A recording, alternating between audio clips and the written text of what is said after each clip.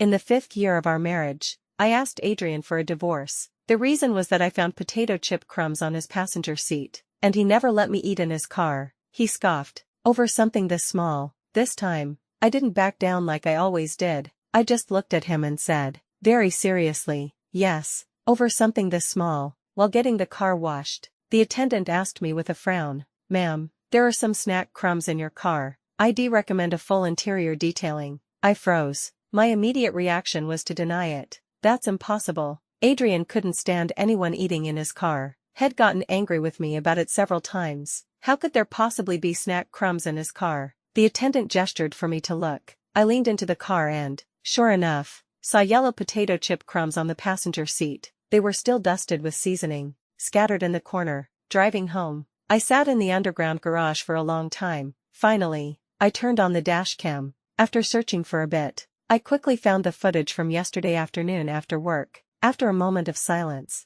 the sound of a car door closing was followed by a familiar female voice, laughing, "Right on time today." It was a pleasant voice, with the particular sweetness of a young woman, but in that instant, my heart went cold. Adrian replied cheerfully, "How did you get out so early? Your supervisor didn't say anything." Morgan Hayes laughed. "They all know about our relationship. Who would dare stop me?" If a mature woman like me had said that, it would have sounded calculating and artificial, but coming from a recent graduate, it came across as daringly cute. And just as I thought, Adrian chuckled softly and said no more. I suddenly remembered when we were first married, back when I still worked at his company. One time, I ran into him on the way and tried to say hello, but he walked right past me as if I were invisible. When I brought it up at home, he just frowned. "I don't want people at the company to know about our relationship. What would they say?" That I'm using my position to give my wife special treatment. After that, his parents also suggested I should stay home to take care of his daily life, so I resigned and became a housewife. But as it turned out, he wasn't afraid of people knowing about his relationships with others. He was only afraid of them knowing about his relationship with me. The sound of a snack bag being torn open pulled me back to reality. Morgan was crunching loudly on potato chips. Adrian said nothing. "Oops," Morgan said. "I dropped some crumbs in your car. Sorry about that." "It's fine." Adrian's tone was breezy. "Well, just get it washed later." He paused, then added, "Don't eat too many snacks. I'm taking you out for a nice dinner later." There wasn't much else after that. In the dim garage, I sat in the car in silence for a long time. I tried to stop myself from thinking about the past, but I couldn't help but remember an incident from 2 years ago. I was running late for work and hadn't had time for breakfast, so I brought 2 buns into Adrian's car. He yelled at me to get out. "Get out of the car. Don't eat in here." I tried to explain frantically. "I won't make a mess. They're mushroom-filled. There's hardly any smell." But he just gave me a look of disgust, stepped on the gas, and sped away. He left me standing alone in the garage, holding the buns. It was raining that day, and it was hard to get a cab.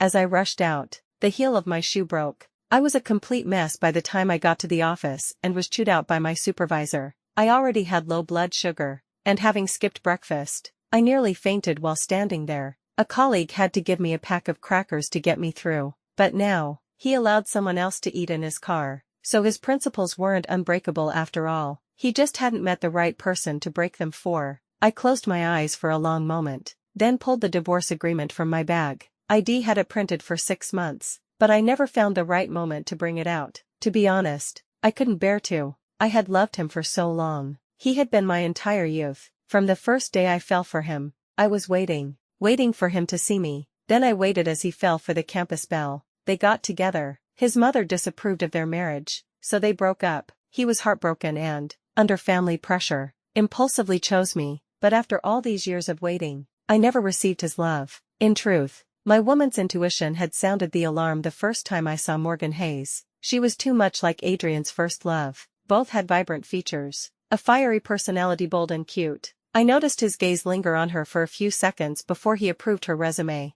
even though her qualifications didn't meet the company's requirements. The first time I felt something was truly wrong was when Morgan called him. It was about work, but it was highly unusual for an intern to call the CEO directly. We were having dinner, but Adrian suddenly put down his chopsticks and answered the phone almost frantically. His voice was tense, as if he were nervous. "Don't be afraid. I'll call Director Lee in a bit. He won't blame you." After hanging up, he stared into space for a moment, and then a slow, Uncontrollable smile spread across his face. He was in a great mood that night. He even sang a song in the shower, something he never did, and I felt as if I had been plunged into an icy abyss. At first, Adrian probably didn't intend to cross any lines. He and Morgan didn't interact much, and their occasional calls were strictly business. But you can't hide something like love. If you cover your mouth, it will escape through your eyes. He started coming home later and later, spending entire nights texting on his phone like a teenager in the throes of first love.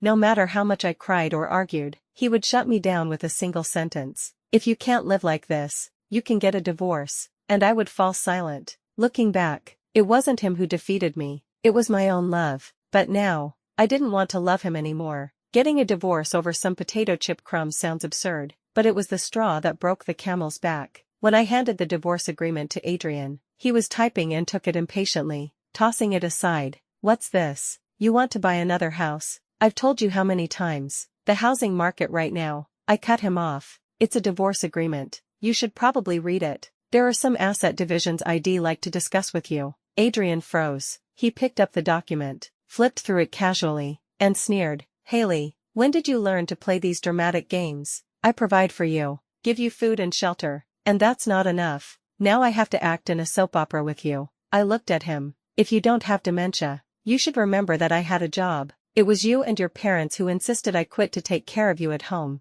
These days, a live-in housekeeper starts at $8,000 a month. That's more than enough for me to support myself. So you weren't providing for me. I was taking care of you. Don't think so highly of yourself." Adrian looked up, surprised, as if he couldn't believe I would speak to him that way. Then, he grew angry and threw the agreement aside. "What is wrong with you?" I said calmly. "I saw the potato chip crumbs on the passenger seat." Adrian's brow furrowed. "Over something this small?" I nodded. "Yes, over something this small. It doesn't matter if you disagree. I'll file with the court. A public scandal like this wouldn't look good for you, would it?" Adrian stared at me. After a long moment, he snatched the agreement, signed his name with a pen, and threw it back at me with a cold laugh. "Are you satisfied now, Haley? I'm telling you, don't come crying and begging me later," he added contemptuously. Like a dog, my heart clenched with a sharp pain. In the past, I had threatened divorce during our worst fights, but I was always the one to surrender, swallowing my pride to make up. He knew my weaknesses, and he knew exactly how to hurt me, but not anymore. I picked up my coat. "Let's go. We might as well get the papers filed." This time, Adrian didn't mock me. His expression grew serious. He stood up and looked at me intently. "Haley, are you serious? You know that the house you live in, the car you drive, your entire quality of life, it's all because of me. You need to think this through. Without me, you are nothing." I glanced at him. "Stop dawdling. The civil affairs office closes at 5. We'll be late." "Fine." Adrian frowned. "Haley, don't you regret this?" Getting a divorce was much more complicated than getting married. There was a 1-month cooling-off period. When we left, Adrian didn't even look at me. He got in his car and drove off, leaving me alone in front of the building. I took a cab back to pack. Under his stony glare, I took only a few items of clothing. Most of what I had acquired over the years were things for him. I now realized how little I had for myself. A single 28-inch suitcase was enough to pack everything. I hadn't had time to rent an apartment, so I checked into a hotel. Lying on the bed, I realized with a delayed shock that leaving Adrian wasn't as hard as I thought it would be. I used to dread the thought of leaving him. I thought I would die of sadness, but now, it wasn't nearly as painful as I had imagined. On the contrary, I felt a sense of liberation, as if a great weight had finally been lifted from my shoulders. Perhaps I hadn't loved him as much as I thought I did for a long time. I was just used to loving him. I hadn't noticed that in our messy, broken marriage, my love had been worn away, bit by bit, until nothing was left. The next day, I had planned to sleep in and enjoy my newfound freedom, but I was woken early by a phone call. I groggily picked up my phone and saw it was Adrian's mother. I answered, and her voice immediately filled the line. "Sorry to bother you, Haley." Before I could speak, she continued in a rapid-fire burst. "Remember to remind Adrian that his uncle's birthday is next Wednesday. Don't let him forget to come home. Oh, and you shouldn't drink that day. You can drive back." I rubbed my temples. "Mom, why don't you just call Adrian directly?" She replied as if it were the most natural thing in the world. "Oh, I don't want to wake him. He works so hard every day. Not like you, enjoying a life of leisure at home." This was her favorite line. In her eyes, Adrian, sitting in an office, was working himself to death. Me, at home cooking, cleaning, and taking care of Adrian's every need, was enjoying a life of leisure. When they asked me to quit my job, they had promised to hire a housekeeper, but shortly after, Adrian told me he didn't like having strangers in the house, so since I was idle at home, I should just do it myself. I clenched the phone, suppressing my anger. "I'm sorry, ma'am, you may not know, Adrian and I have divorced." I hung up immediately, ignoring her shrieks on the other end. The peace didn't last. That evening, Adrian called. I answered. His voice was emotionless. "Come home, Mom and Dad are here." I knew it. With his mother's personality, she would definitely come to lecture me. I refused. "Whatever is happening in your family, you can solve it yourselves. I'm an outsider. I won't interfere. Your parents are here too." He hung up. I stared at the black screen and sighed. Since things had escalated, it seemed I couldn't avoid it. Fine. There were some things I had wanted to say for a long time anyway. When I got back to the house, Adrian's mother shot me a look and said with a smile, "You're back." Oh, it's normal for young people to have spats. Haley was probably just feeling cooped up at home. It's good for her to get out and clear her head. But Haley, dear, couples can't be fighting like this all the time. Adrian has to work to support the family, and your parents are getting on in years. You shouldn't have troubled them to fly all this way. It's so hard on them, isn't it? I frowned slightly. This was just like her. On the surface, her words were polite, but she was a smiling tiger. Her words like needles hidden in cotton. Adrian sat on the sofa as if he hadn't heard a thing. As always, I suppressed the disappointment in my heart and mocked myself silently. What are you expecting? For him to speak up for you? Impossible. Adrian's mother was a very controlling person. She had thought Adrian's first love was too strong-willed and hard to manage, so she threatened to kill herself to force him to break up with her. Then she chose me. My parents were university professors. I was well-educated, and I had a softer personality. I still remember when I served her tea at our wedding. She didn't take the cup for a long time, instead using the opportunity to lecture me on how to take care of Adrian. She said his work was hard, completely ignoring that I had left my home and family to come to a strange city to be with him. After we were married, she visited often. Sometimes I thought she was very strange. She couldn't stand to see Adrian and me happy together. For a while after the wedding, we had some good times. Adrian seemed to want to build a life with me. We even planned a honeymoon to the Maldives. But when his mother found out, she insisted on coming with us. We didn't want to take her, but she didn't argue. She just started crying whenever Adrian came home and could see her. We had no choice but to agree. Those days, which should have been the happiest of my life, are now a memory I refuse to revisit. It was a complete disaster. His mother believed I should be Adrian's housekeeper,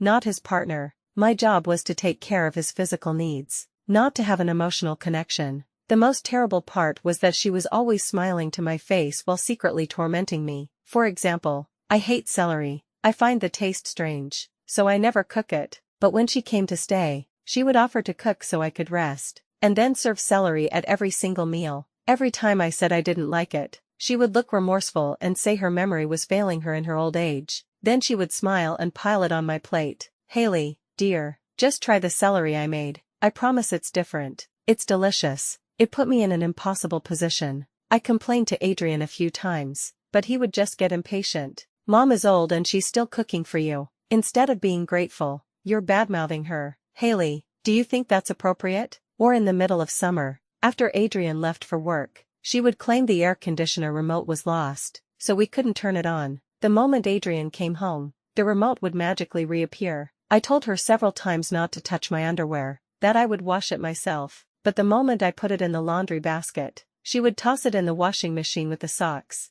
Adrian's underwear, however, was always washed separately, never mixed with socks. They were all small things, but they piled up until they were suffocating. Over time, I grew more and more depressed. Adrian noticed what his mother was doing, but when he was a child, there was a flood in his hometown. His mother had carried him on her shoulders, saving his life. She was nearly swept away herself, exhausted, but a neighbor managed to pull her to safety. She spent too long in the floodwaters and was left with a lifelong illness. Her joints ached terribly on rainy days. Adrian always felt indebted to her and could never bring himself to criticize her, so he just started avoiding the problem. He would use work as an excuse to come home late, or just sit in the garage, refusing to come inside, escaping the conflict between us. That was when the last bit of warmth between us died. Our relationship deteriorated, until it was finally beyond repair. This time, I didn't hold back. I looked straight at his mother. Weren't you the one who brought my parents here? What does that have to do with me? His mother was stunned. Haley, you.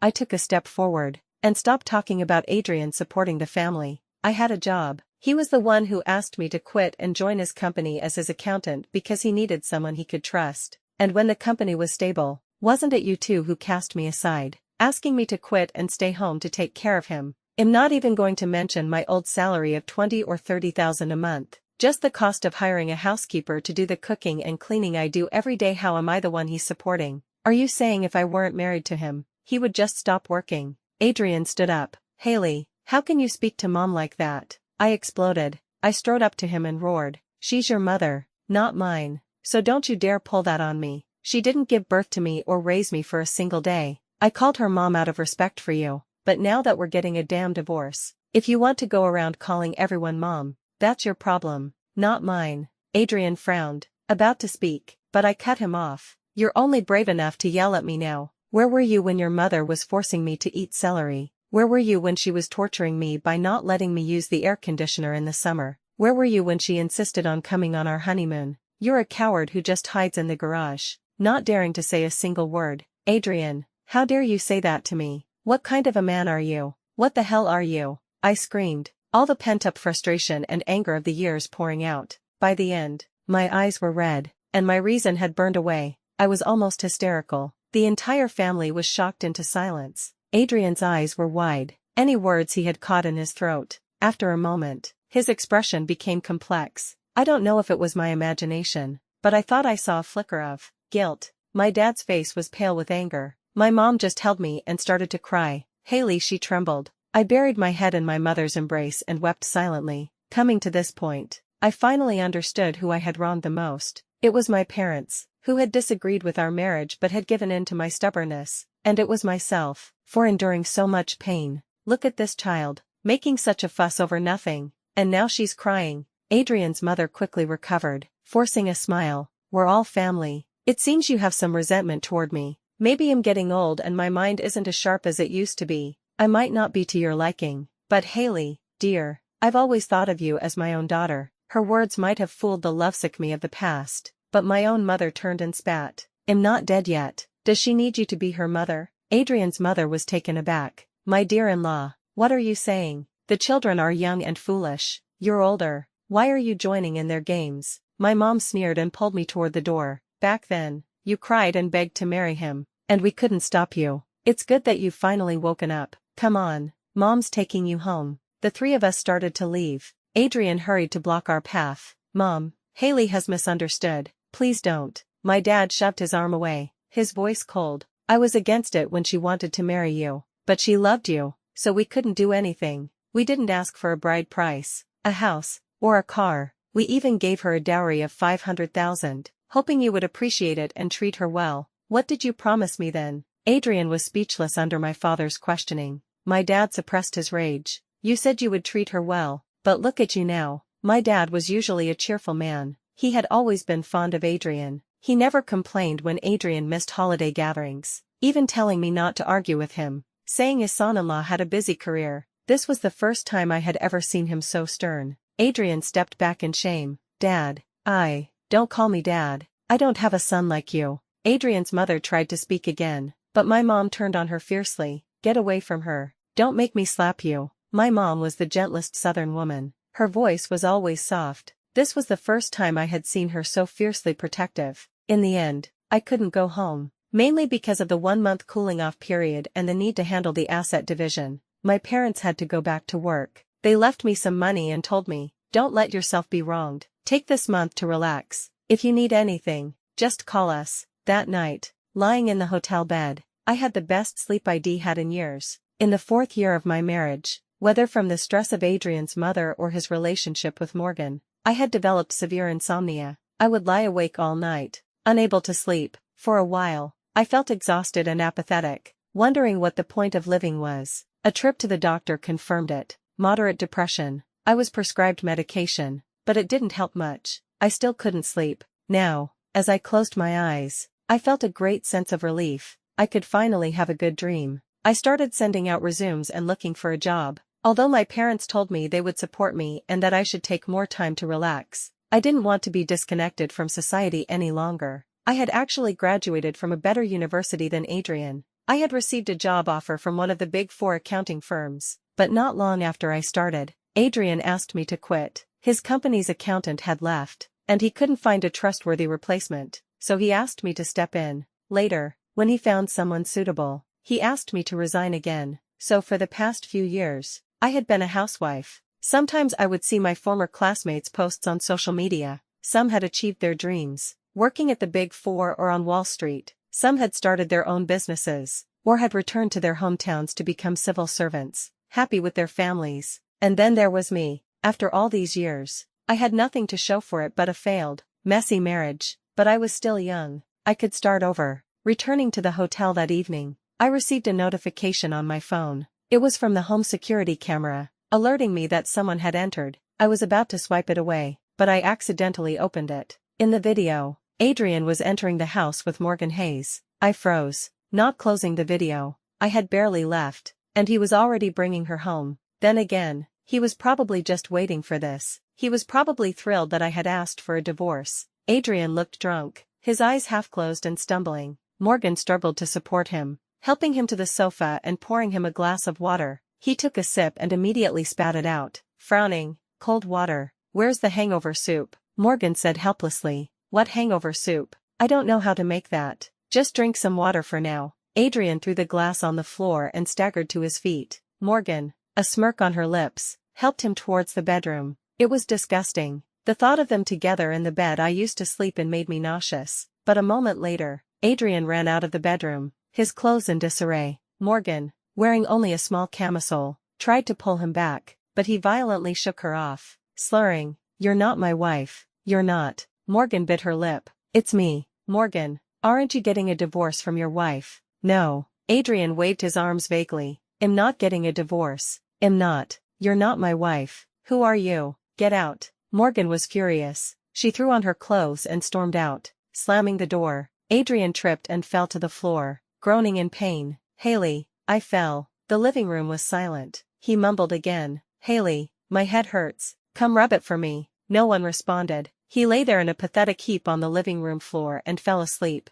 I put down my phone, unsure of what to feel. I thought that after the divorce, Adrian would immediately get together with Morgan. I thought he really liked her. Adrian was a man of strong principles, at least with me. He wouldn't let me tell people at work about our relationship. He wouldn't let me eat in his car. There were so many things he wouldn't let me do. But with Morgan, none of those rules applied. For her, he had no principles. Sometimes I hated him for it. If I hadn't known about his blatant favoritism, I wouldn't have felt so pathetic and so tragic. I sneered. So he only wanted me to take care of him. Whenever Adrian got drunk, I would make him hangover soup and massage his head until he fell asleep. The next morning, I would prepare a light meal for him. He had probably gotten used to being cared for like that. At 2 in the morning, I woke up thirsty. After drinking some water, I couldn't fall back asleep. On a whim, I opened the security camera app again. Adrian was awake. In the dark of the night, he was sitting alone on the sofa, staring into space. He still seemed disoriented. After a long while, he clutched his stomach and said in a hoarse voice, "Haley, my stomach hurts. Where's my stomach medicine?" Adrian had damaged his stomach from years of drinking at business dinners. Although I had helped nurse him back to health, it still hurt whenever he drank. I used to organize his medicine in a pill box, labeled with the dosage and expiration date for easy access. He had taken it so many times, but he still didn't know where it was. The camera had a two-way audio feature, but I remained silent, watching coldly. Adrian hunched over slightly, his voice strained. "Haley, Haley." The only response was the ticking of the grandfather clock. He struggled to his feet and began searching for the medicine. The neat cabinet was a mess by the time he was done. He threw everything on the floor. Finally, under the TV stand, he found the pill box. He picked it up but didn't take the medicine. He just stared at the label. I could recall the words on it even with my eyes closed. Magnesium Illuminate chewable tablets, 12 tablets, 3 times a day, 12 hours after meals or before bed. I had written it, stroke by stroke. I was filled with a naive, foolish love, thinking that my devotion could win his. In the end, I learned that what I thought was a selfless love was just trash in his eyes, something to be kicked aside at will. Adrian was still squatting, staring at the medicine box. After what seemed like an eternity, he slowly buried his head in his knees, silent. He didn't take the medicine that night. He just sat in the living room, smoking. He sat there, alone, all night. When I went to Adrian's company to handle the asset division, I ran into Morgan Hayes. I pretended not to see her and tried to walk past. When it comes to infidelity, I've never been one to place all the blame on the woman. If Adrian had been able to control himself, none of this would have happened. But Morgan stepped in front of me. "You're Haley, right? I want to talk to you." I sized her up, a recent graduate, full of youthful energy and undisguised provocation. She was already acting like the next Mrs. Croft.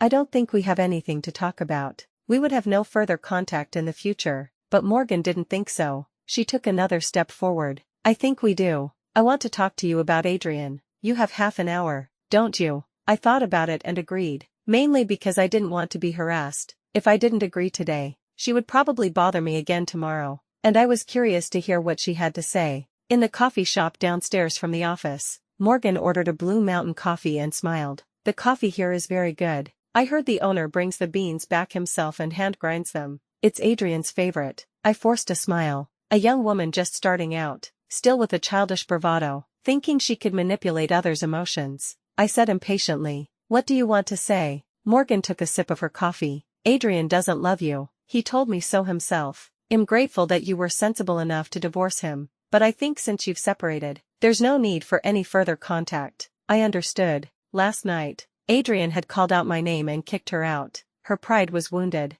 and she felt threatened. That's why she was so eager to assert her dominance today. I lowered my gaze. "First of all, whether we divorce or not is between the two of us. You, an outsider, have no right to comment. Even if I decided not to divorce him today, what could you do? Secondly, Adrian and I are a legally married couple. In what capacity are you speaking to me? As the third party who broke up our marriage? Do you believe that if I released the evidence of you destroying my family, you would be packing your bags and leaving immediately? Between you and the company he spent years building, who do you think Adrian would choose?" I looked up at Morgan. "I don't want to argue with you. I find it beneath me. But if you ever dare to come before me and act so foolishly again, I won't be so polite." Morgan's face turned pale. She gritted her teeth but didn't dare say a word. I stood up and sneered. "Oh, by the way, at home, he only drinks instant coffee. I take it you've never had real hand-ground coffee before." With that, I picked up my bag and left. Upstairs, Adrian hurried into the finance office. His expression was complicated, as if he wanted to say something but didn't know how. Finally, he managed, "Have you eaten? Do you want to get lunch together?" I looked at him in surprise. His tone was almost cautious. Adrian pursed his lips and looked away. What was wrong with him? The man who had always been so dismissive of me, was he still drunk from last night? It was almost as if he were trying to make peace with me. Adrian said quietly, "I've been thinking. I was wrong before. I won't have any contact with Morgan Hayes anymore. I'm transferring her to a branch office. You'll never see her again." I frowned. "Adrian, are you on something?" He instinctively looked annoyed, but then forced it down. "I don't think we need to go this far. We've been together for so many years. Haley, let's just let this go." I laughed coldly. "You're willing to break up with Morgan?" Adrian said flatly. "She was just a passing interest. Don't overthink it. Nothing happened between us." I believed him on that point. Even when he was closest to Morgan, he had never stayed out all night, and last night, he had pushed her away. I figured he was just seeing his first love in Morgan, but what did it matter? Whether he loved this one or that one, it would never be me. I can't let it go. My face was blank. "Let's just finish dividing the assets. I'm waiting to finalize the divorce and go home." Adrian's brow furrowed. "Haley, you were the one who was desperate to marry me. Who said you loved me? What is wrong with you now? Is it just because of those damned potato chips?" Even now, he was still talking about the potato chips. He was a seasoned businessman. How could he not know what I really cared about? He was just deliberately avoiding the issue. I leaned in close and said softly, "Adrian, do you know what the world's non-renewable resources are?" He looked at me, confused. "What?" "Coal, crude oil, natural gas, and love." Adrian was stunned. "Love is a strange thing. It can be the world's strongest armor and spear, indestructible, always moving forward, but it is also the world's most fragile thing, easily worn away without you even noticing." My love had run out, like a fire that had burned to ashes. It was gone. Adrian, whether he had lost his mind or not, actually started to apologize to me. He began calling and texting me every day. Nothing important, just things like, "I found a really good restaurant. Want to go together tonight? How about another honeymoon? Tahiti this time. The gardenias on the side of the road are beautiful. We should buy a pot for our home." It was as if he had a complete personality change. I started to wonder if he had been possessed. These were the kinds of messages I used to send him. He rarely replied. After he got involved with Morgan, we barely communicated at all. After thinking about it, I started to understand. Adrian was panicking. People are selfish animals. All our actions are motivated by the desire to make our own lives more comfortable. When he was with me, he found me boring and sought out the feeling of his first love in Morgan to make himself happier. But now, he suddenly realized that I could leave him, and he didn't want to lose the adoring woman who loved him unconditionally and took care of his every need. Comparing the two, he decided I was more important. Young, pretty girls are everywhere, but a fool who loved him so much was a once-in-a-lifetime find, so he wanted to retreat to his comfort zone, even if it meant sending Morgan away. Did he love me? I don't think so. He probably didn't love his first love either, or he wouldn't have given in to his mother's demands. He didn't love Morgan, or he wouldn't have cast her aside so easily, and he certainly didn't love me. He was just addicted to the comfort and security I provided. He just wanted someone to always be standing behind him, so he could turn around and see her there. Honestly, looking back now, I can't believe how pathetic I was, to endure so much from him and his mother. Perhaps being in love really does make you lose yourself. You have to suffer enough, cry enough, and hit rock bottom before you're willing to turn back. For the next while, Adrian was like a different person. Coming to my hotel every day, he would call me, "I brought you your favorite dumplings. Come down and have some." His tone was almost pleading, like mine used to be. I suddenly remembered when we were together. I loved the dumplings from that one shop, but it was too far and didn't deliver. The only time I could get them was when Adrian was coming home from that direction, but no matter how many times I asked him to bring me some, he never did, not once. It was always either that he forgot or was too tired. Now he was thinking of buying them for me. Too bad I didn't want them anymore. I ignored Adrian. After the 1-month cooling-off period, I called him to finalize the divorce. At first, he was reluctant. "Haley, I really don't think we need to do this." I said I would change. "Besides, you're not young anymore. If you're divorced, how will you live?" He was still on that same tune. "You don't need to worry about me, Adrian. Don't tell me you're the one who can't let go." I mocked. "Why are you being so clingy? Like a dog." Those were his words to me. Now returned to him. Adrian didn't get angry. He just lowered his head and said in a hoarse voice, "So, you're not coming back, are you?" I was resolute. "No." The setting sun cast a long shadow of Adrian. I realized he seemed to have lost a lot of weight. His shadow on the ground was long and lonely. Finally, he said quietly, "I understand." The divorce was finalized quickly. Adrian didn't argue about the asset division, letting me take half of his fortune. When his mother found out I was taking half, she nearly screamed herself hoarse. Her mask of civility finally stripped away. She called me shameless, a gold digger, a parasite sucking her son dry. I didn't listen. I just cursed back. "It's none of your business. If you keep meddling, you'll shorten your own life." Then I hung up. His mother tried her old tricks again, threatening to kill herself to stop him from giving me the money, insisting he take me to court and leave me with nothing. But this time, for some reason, he didn't listen to her. Not that I was interested in why. I passed an interview with an accounting firm. It wasn't one of the big four, but it was good. They had a branch in my hometown. So after my application was approved, I moved back and started working. My parents didn't pressure me to date or remarry. Every day after work, I would go home for dinner. In my free time, I would travel with my parents or go for walks. Life was happy. I never thought about the past again. Only sometimes, in the middle of the night, I would feel as if I were living in a different world. Those nights of crying, I once thought, were a pain I would never forget. I thought I would never get over it. But now, I could barely remember the sadness. I stopped taking my medication. My depression was gone. I could sleep a full 8 hours every night. No more insomnia. It was wonderful. I heard what happened later from a mutual friend. After our divorce, Adrian fell apart. He started drinking heavily and neglected his company. Several major deals went wrong. The cash flow dried up, and eventually, he had to declare bankruptcy. His mother tried to force him to go on blind dates, but he refused, even yelling at her when he was drunk, saying she was the reason we divorced and telling her to get out. She was so angry she had a stroke and was hospitalized.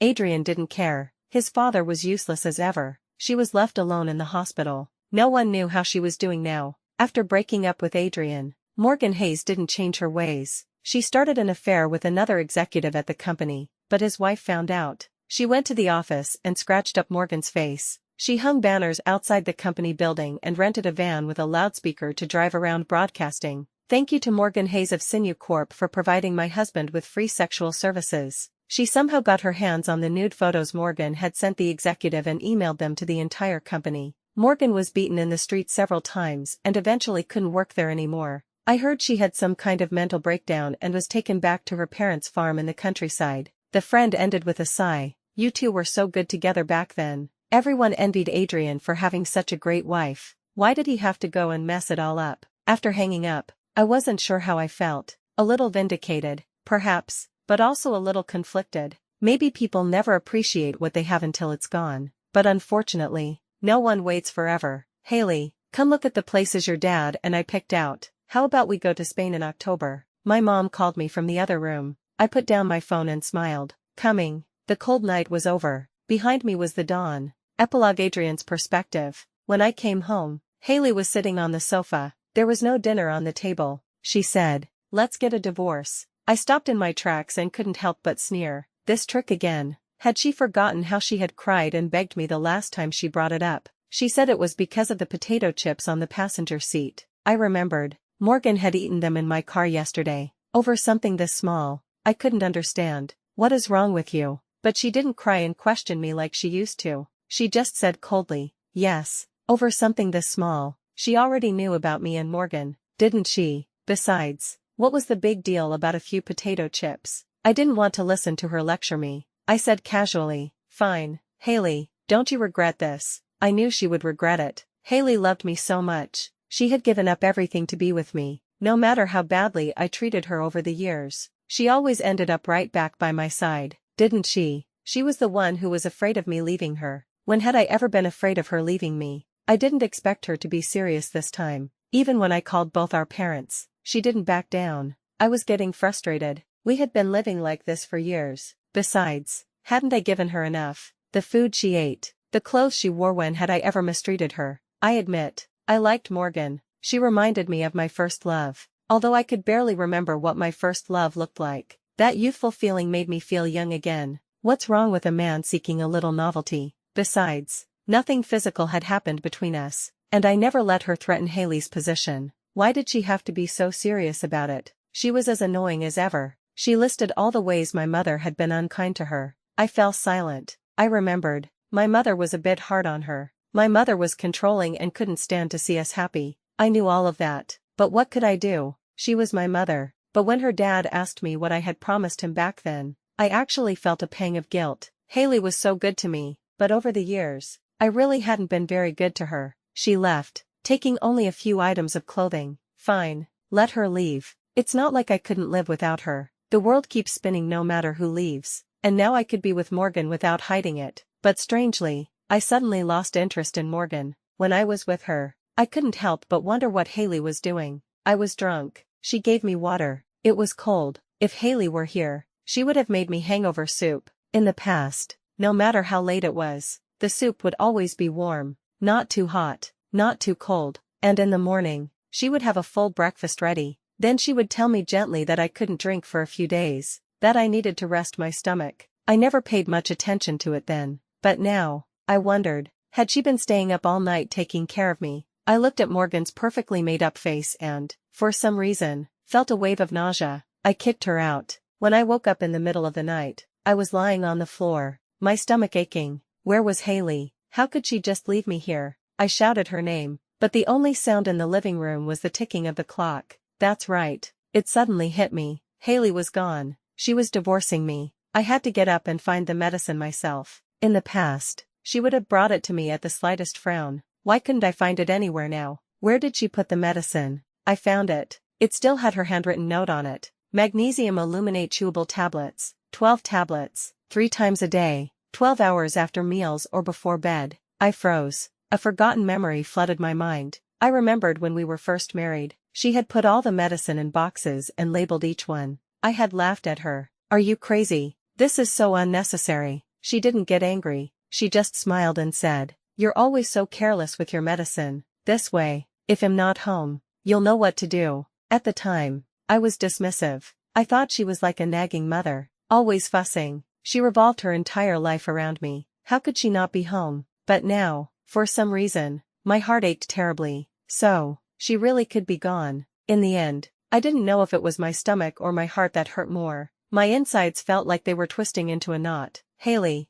I suddenly missed her so much. Haley didn't come back this time, no matter how I tried to win her back. The day we got our divorce certificate, she went back to her hometown without a second glance. The house was still the same house, but for some reason, it felt so empty I couldn't bear it. I was afraid to go home, because every corner of the house held a trace of her, a memory of her life, and it was driving me mad. If I had never felt her warmth, her absence wouldn't be so unbearable. So this is what heartache feels like. As I drank myself into oblivion, I couldn't help but think, so this is how she used to feel. Later, I started secretly looking at her social media. She had gained some weight. There was a light in her eyes. She looked truly happy. That's when I knew she had really let go. And I finally understood that the hardest part wasn't the day she left. It was every day that followed, knowing she would never come back,